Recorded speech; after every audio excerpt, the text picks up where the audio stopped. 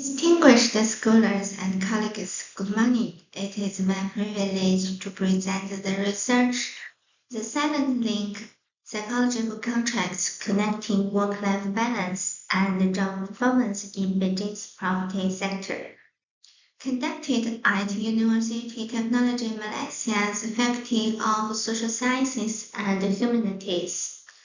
In China's rapidly upswing property management sector, where employee stress levels escalated alongside skyscrapers, our study uncovers a critical but overlooked mechanism. Psychological contracts as the invisible bridge between work-life balance, initiative, and performance outcomes. While Western literature extensively documents WLB benefits, our research reveals how cultural speciality reshapes these dynamics through the lens of Guanxi and social exchange theory. This research demonstrates why conventional WLB policies often fail when transplanted to Chinese contexts without accounting for psychological contracts. Okay, next page. The contents have 6 parts.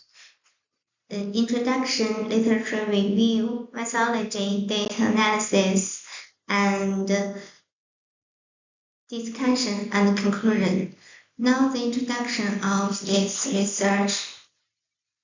In Chinese rapidly updating environment, property management employees face unique stressors from raising client expectations and workplaces demands.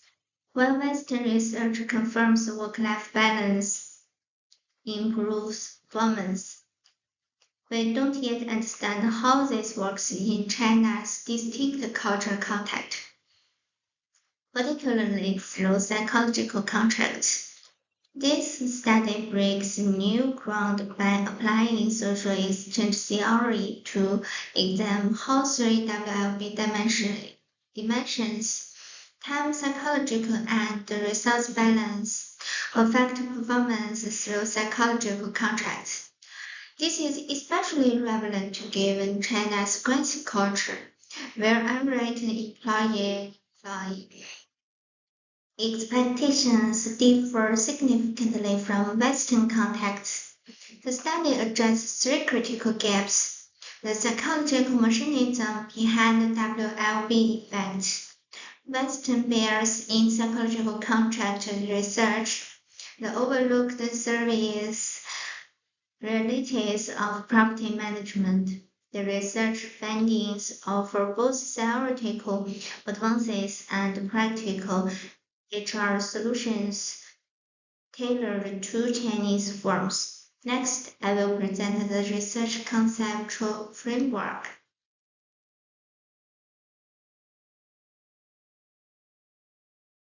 This model identifies 3 core dimensions of WLB: time balance, fair allocation of work and personal time; psychological balance, the ability to mentally detach from work; resource balance, tangible organizational support like flexible policies. These dimensions collectively impact job performance through psychological contracts, the unwritten expectations between employees and employers, and proves 3 key hypotheses. Hypothesis 1: psychological contracts mediate the relationship between time balance and job performance among employees. And hypothesis 2: psychological contracts mediate the relationship between psychological balance and job performance among employees. And hypothesis 3: psychological contracts mediate the relationship between resource balance and job performance among employees. Notably, Resource balance emerges as the strongest predictor in my framework. This model breaks new ground by moving beyond WLB as a one-dimensional concept, reviewing psychological contracts as a hidden mechanism, offering actionable insights for organizational practices. Next, let's delve into how the test these hypotheses through empirical research. First, the methodology.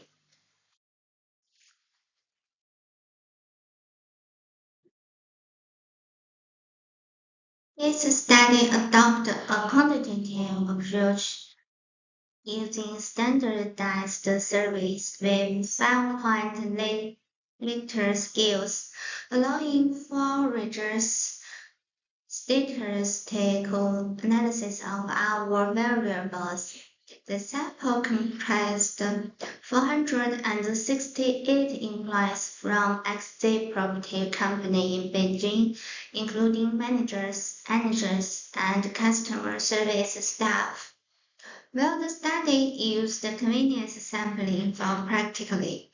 The sample size was carefully determined through power analysis to ensure reliability.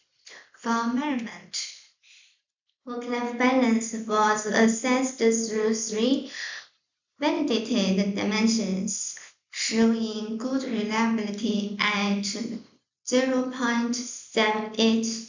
Psychological contracts were measured using Rosser's PCI scale with excellent 0.94 alpha. Job performance used 11-item scale demonstrating 0.91 reliability.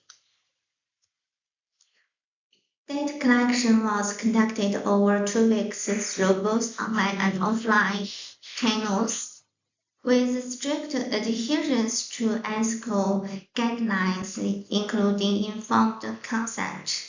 This robust methodology allows us to confidently examine how psychological contracts mediate the WLB performance relationship.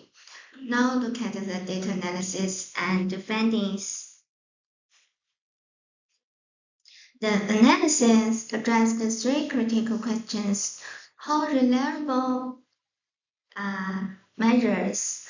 All skills exceed 0.85 with job performance showing exceptional consistency 0.96. Does the model fit? Bootstrapping with 5,000 samples confirmed the stable result.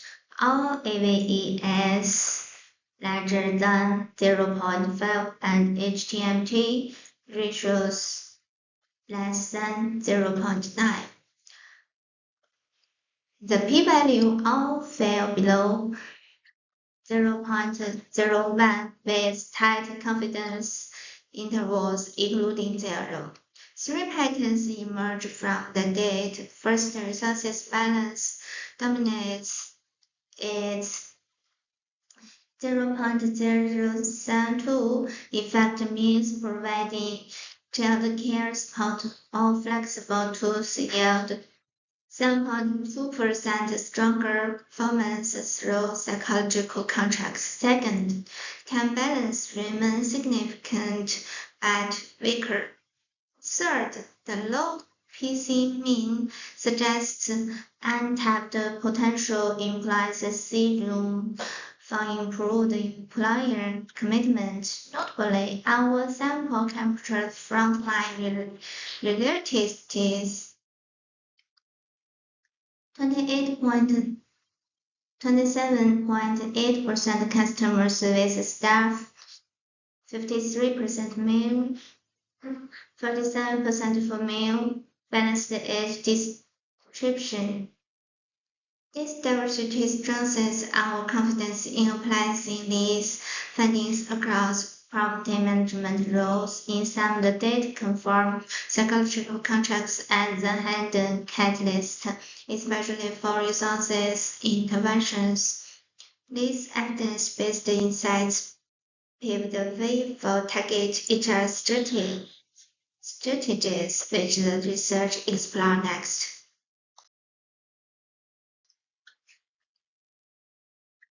The mediation analysis results demonstrate statistically significant effects for all hepatitis pathways.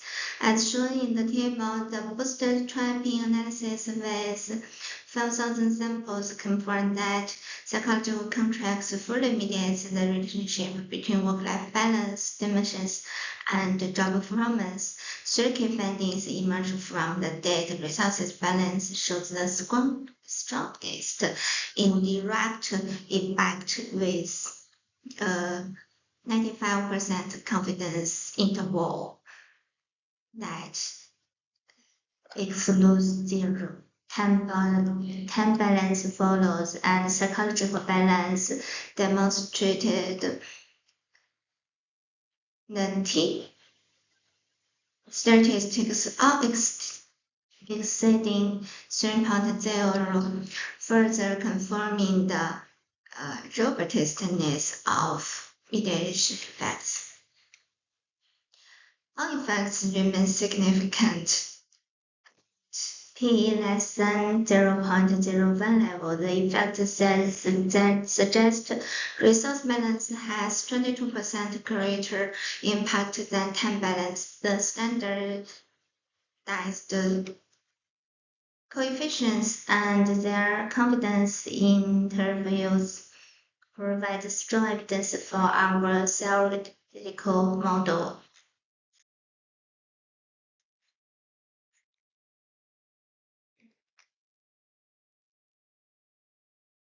The research has theoretical contributions and practical recommendations. Theoretical contributions advances JDR model PC as a mediator between WLB dimensions performance, multi-dimensions WLB resources balance larger than time balance, larger than psychological balance in impact. Social exchange integration WLB initiatives signal organizational commitment, strong CPC reciprocity, practical implications, priority action, invest in resource support, flexible policies, child care, teach tools, holistic approach, combine RB with TB workload limits, and PB mental health programs, communication matters link WLB policies to organizational values via training success stories.